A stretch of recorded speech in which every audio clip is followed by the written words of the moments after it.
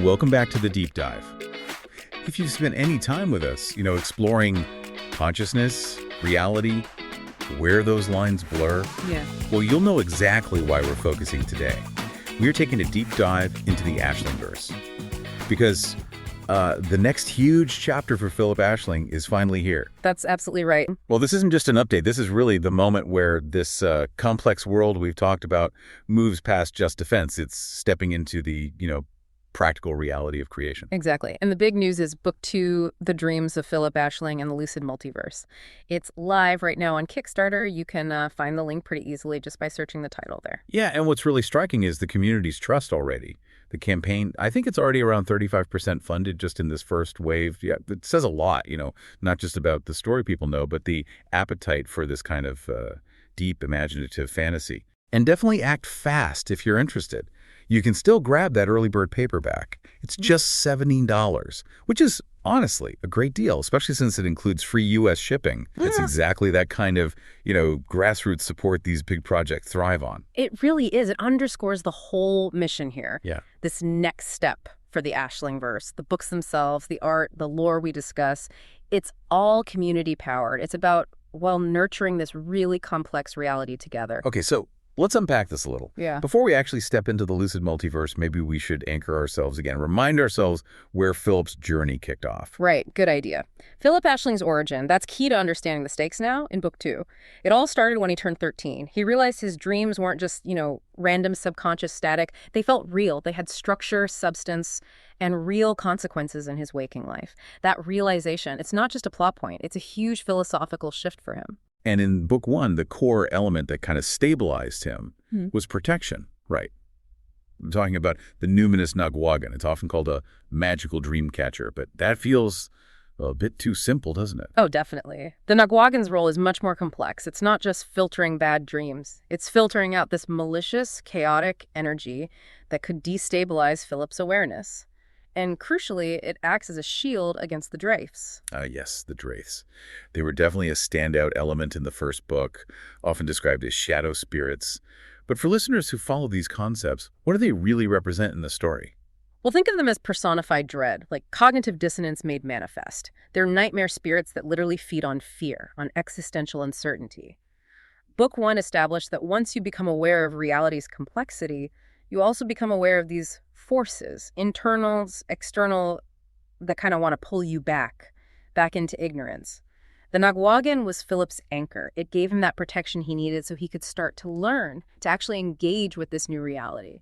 That whole pursuit of meaning, trying to awaken within this uncertain world, that really resonates. But now it sounds like that foundation, high-stakes personal defense is being, maybe not demolished, but built upon significantly in the sequel. Precisely. And that brings us right to the huge shift in the Lucid Multiverse. Phillip isn't just defending himself anymore. He's not just filtering out chaos. He's graduated, you could say. He's now actively starting to manipulate reality itself. Okay, now this is where it gets really interesting. This is the full-blown entry into the Lucid Multiverse. So we're talking parallel worlds now, where every choice, every possible reality coexists. That definitely raises the stakes beyond the usual chosen one kind of story. It forces Phillip and us, the readers, to face the ethics of creation. If you can pick a reality where you made a different choice, a better choice maybe, what happens to the original one?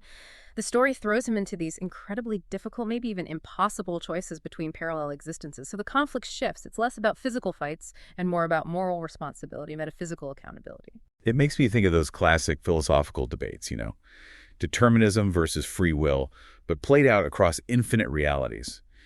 If Phillip alters a timeline, is he exercising free will or just choosing a path that was already there? That's a great connection. And the depth of the Aislingverse lore really supports that kind of discussion. We have to remember, this world wasn't just whipped up quickly. It's been, 9 years in development. It's built on this consistent cosmology, a 12-dimensional framework for reality and consciousness. It's a world you can actually get lost in, which is why this shift to the multiverse feels earned. It doesn't feel random. Yeah, that long-term world building is so important. When the scale gets this big, you need those specific details to ground the abstract ideas.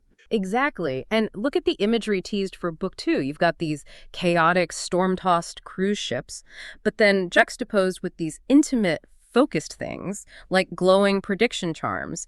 The ship sort of represents the vast, maybe uncontrollable forces of the multiverse, pure danger, while the charm represents that focused, controlled power Philip is trying to wield, trying to predict and manage the chaos. That's a really neat way to put it. Synthesizing the visual language like that, it keeps it grounded, even when the ideas are huge. Absolutely. And, the commitment to building this kind of depth, the characters, the ideas, the cosmology, that's all human imagination. Years of work. Now, we know AI tools were used strategically for things like marketing visuals, a campaign video, but the story itself, the core ideas, the characters, the philosophy, that's entirely human created. And that distinction feels pretty important, especially when you're telling a story about creation and consciousness. Right. And it ties the whole creative effort back to the need for community support.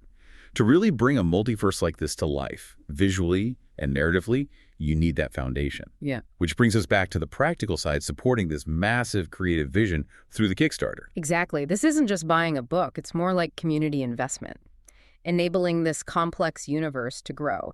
And the reward structure really reflects that, treating backers like insiders, like part of the world itself. So for those early supporters, the rewards sound like actual artifacts from the Aislingverse. Tell us a bit about those collectibles. Yeah, we're talking exclusive dream art prints totally fitting the aesthetic, dream-themed stickers too, and, crucially, limited edition signed copies. These are more than just books. They're like artifacts of this whole creative journey, and they're only available through the campaign right now. And for the real collectors, the bibliophiles out there, there's a very specific high-value goal that depends on that community trust. That's the $2,500 stretch goal. Hitting that is key because it unlocks the signed hardcover collector's edition, and that's going to be strictly limited, only 50 copies. Reaching that goal means there's this really high-quality archival piece of the Aislingverse for those core supporters. It validates that long-term belief. The physical rewards sound incredible, but I think the one that feels most meaningful, the one that really puts the listener in the story, is the acknowledgement inside the book. I completely agree. Every single backer gets their name included, listed among the dreamers who helped bring this world into being. It's just a wonderful, really intentional way to recognize that shared creation. The audience isn't just passive, they're participants in the journey. Okay, so for anyone listening who's eager to jump in, explore the campaign, or maybe realizes they need to catch up on book one right away, where should they go? The main hub for everything is philipaisling.com. That's PHILLIPASHLING.com. You'll find a direct Kickstarter link there, obviously. But also things like the newsletter sign-up, discounts for book one, info on the audiobook and ebook versions. And as always, we definitely recommend checking your library resources too. If you use apps like Libby or Hoopla, look for book one there. Free listening options are often available. It's really the perfect way to get immersed in Philip's first awakening before book two demands everything from you. Definitely time to prepare. Because the stakes in the Lucid Multiverse, well, they feel infinite. So wrapping this up, what does it all mean? We've looked at the shift from defense to creation, the weight of parallel worlds, and the community effort needed to sustain this kind of long-form, deep, creative project. Yeah, and huge gratitude, really, to everyone listening who has followed and supported this world, sometimes for almost a decade now. Stories like this one that ask us to look again at reality through this lens of potential power, of imagination. They remind us that exploring consciousness still really matters. And that shared effort, investing in a narrative like this, it actually helps build the next layer of the Aislingverse. Every dreamer helps shape this multiverse. So stay curious, stay lucid, and keep exploring.